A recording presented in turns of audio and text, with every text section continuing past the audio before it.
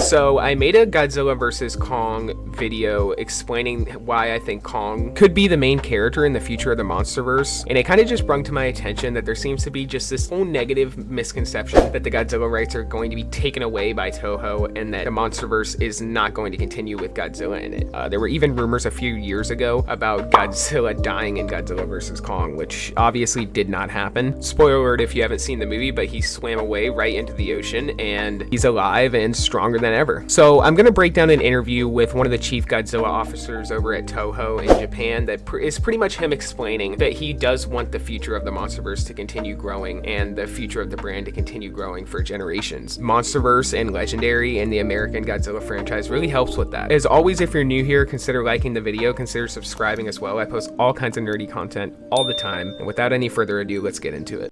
The Eternal Faith.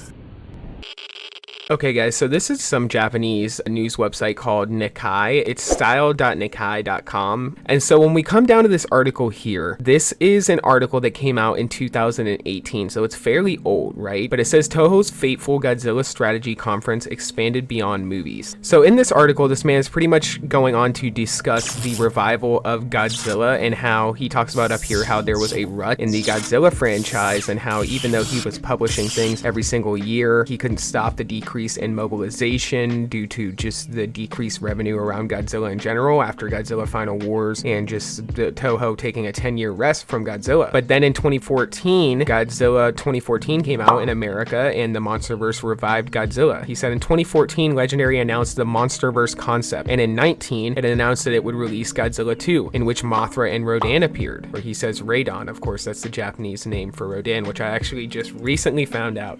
And then he says, and in 20, it would release Godzilla 3 that confronts Kong. First of all, how to make a touch point that fills the gap. Until then, when I thought about it, I thought that the royal road was to grow the surrounding business with the movie as the core. So I'm going to skip over this paragraph here, but he says in 2016, the live-action Shin Godzilla was released and it became a big hit. We released chapters 2 and 3 of the anime in 2017 and 2018. Then in 19 and 20 years, so that's obviously Godzilla Earth there. In 19 and 20 years, so 2019, 2020, he handed over the baton to the Hollywood version, and even after 21 years, he is now planning to release Godzilla movies at a pace of once every 2 years, preferably once a year. So that means the Monsterverse isn't stopping anytime soon. That means that clearly Toho's gonna have its version of Godzilla, America's gonna have its version of Godzilla, they're gonna have the anime version of Godzilla, and they're gonna be pumping out Godzilla content every year, because in this article, it even goes on to say, you can see on my computer, it has to translate from Japanese to English, that's really funny, but it goes on to talk about in this part of the article here, how he wants to make Godzilla a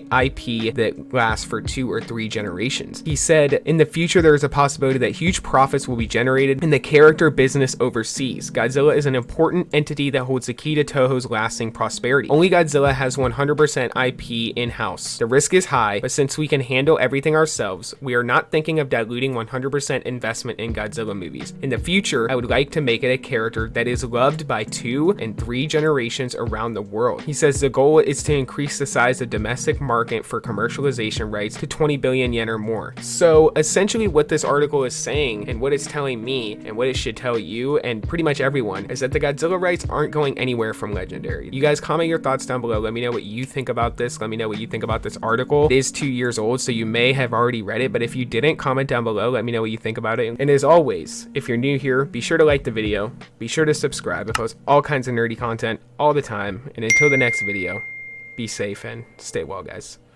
Bye-bye. I failed my mission and now I'm working with the enemy.